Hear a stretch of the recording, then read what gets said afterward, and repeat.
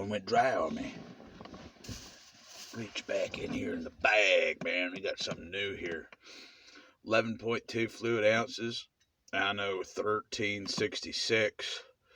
This is the Solstice lager right here. And according to pregnant women,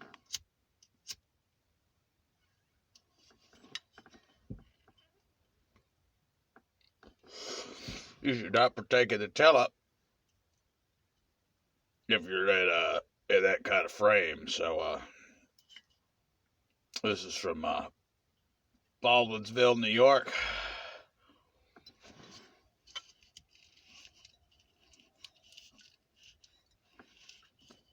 We got a little bit of paper on here so you feel regal.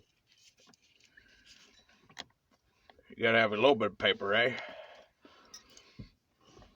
And it's even got one of these tabs. You're gonna need a tab opener to get that open.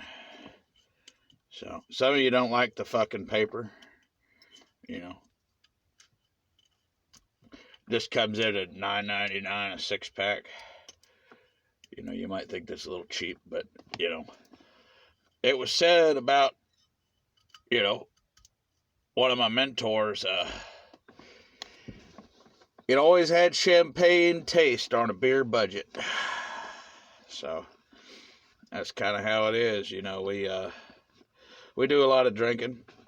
We do a lot of fucking up. I gotta get my, beer tie opener. But they didn't let me win. They got their boot on my neck. So I can't move that mountain. The feds have to move it.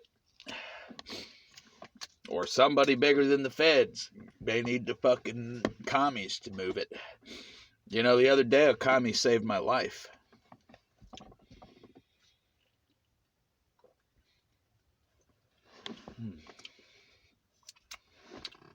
Interesting. This isn't bad.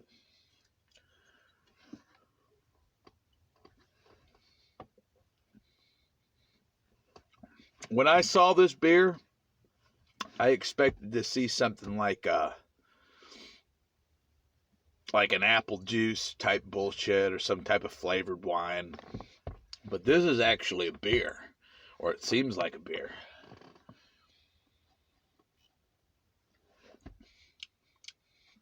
It's kind of like just a lager beer.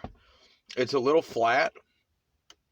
At 4.5, I really would have rather saw this beer a 5.0, you know. But this is a 4.5, and it's also 11.2.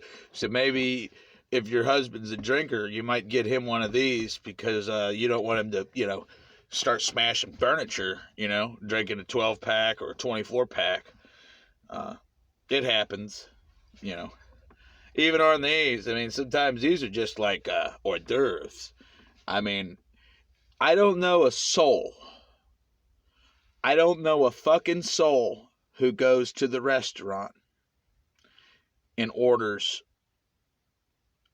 you know, a plate of hors d'oeuvres, appetizers, and beer, and then doesn't order a main menu.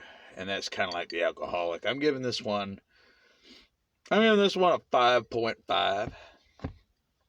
I probably would have gave it a 6 if it would have pulled that 5.0 off, but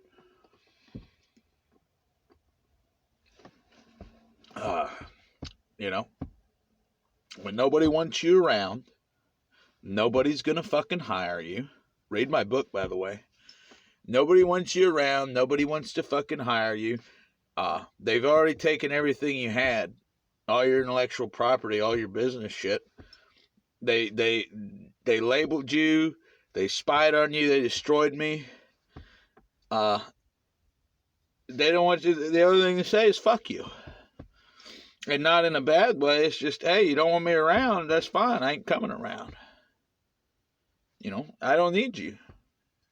So I'm going to drink, you know. And then they all, you know, they got it stuck in their crawl like he chooses the drink over everything. He chooses the booze over everything. It's always about this. I said, no. They don't give me a fucking value proposition, and they rip me off. So I said, you know what? I spent fucking 10 years. Literally, I probably spent 32 years with you bastards. They were around before I was fucking around. And I told him this: when you motherfuckers are gone, then maybe I'll start working. So right now, it's more about putting the brakes on. I've given them so much, and I mean, the only thing they've done is they haven't, bent my arms backwards over a door and locked me in a cell. They let me frolic. So like I said, even to the most evil of them, cheers. And, it's a hell of a world. Take it easy.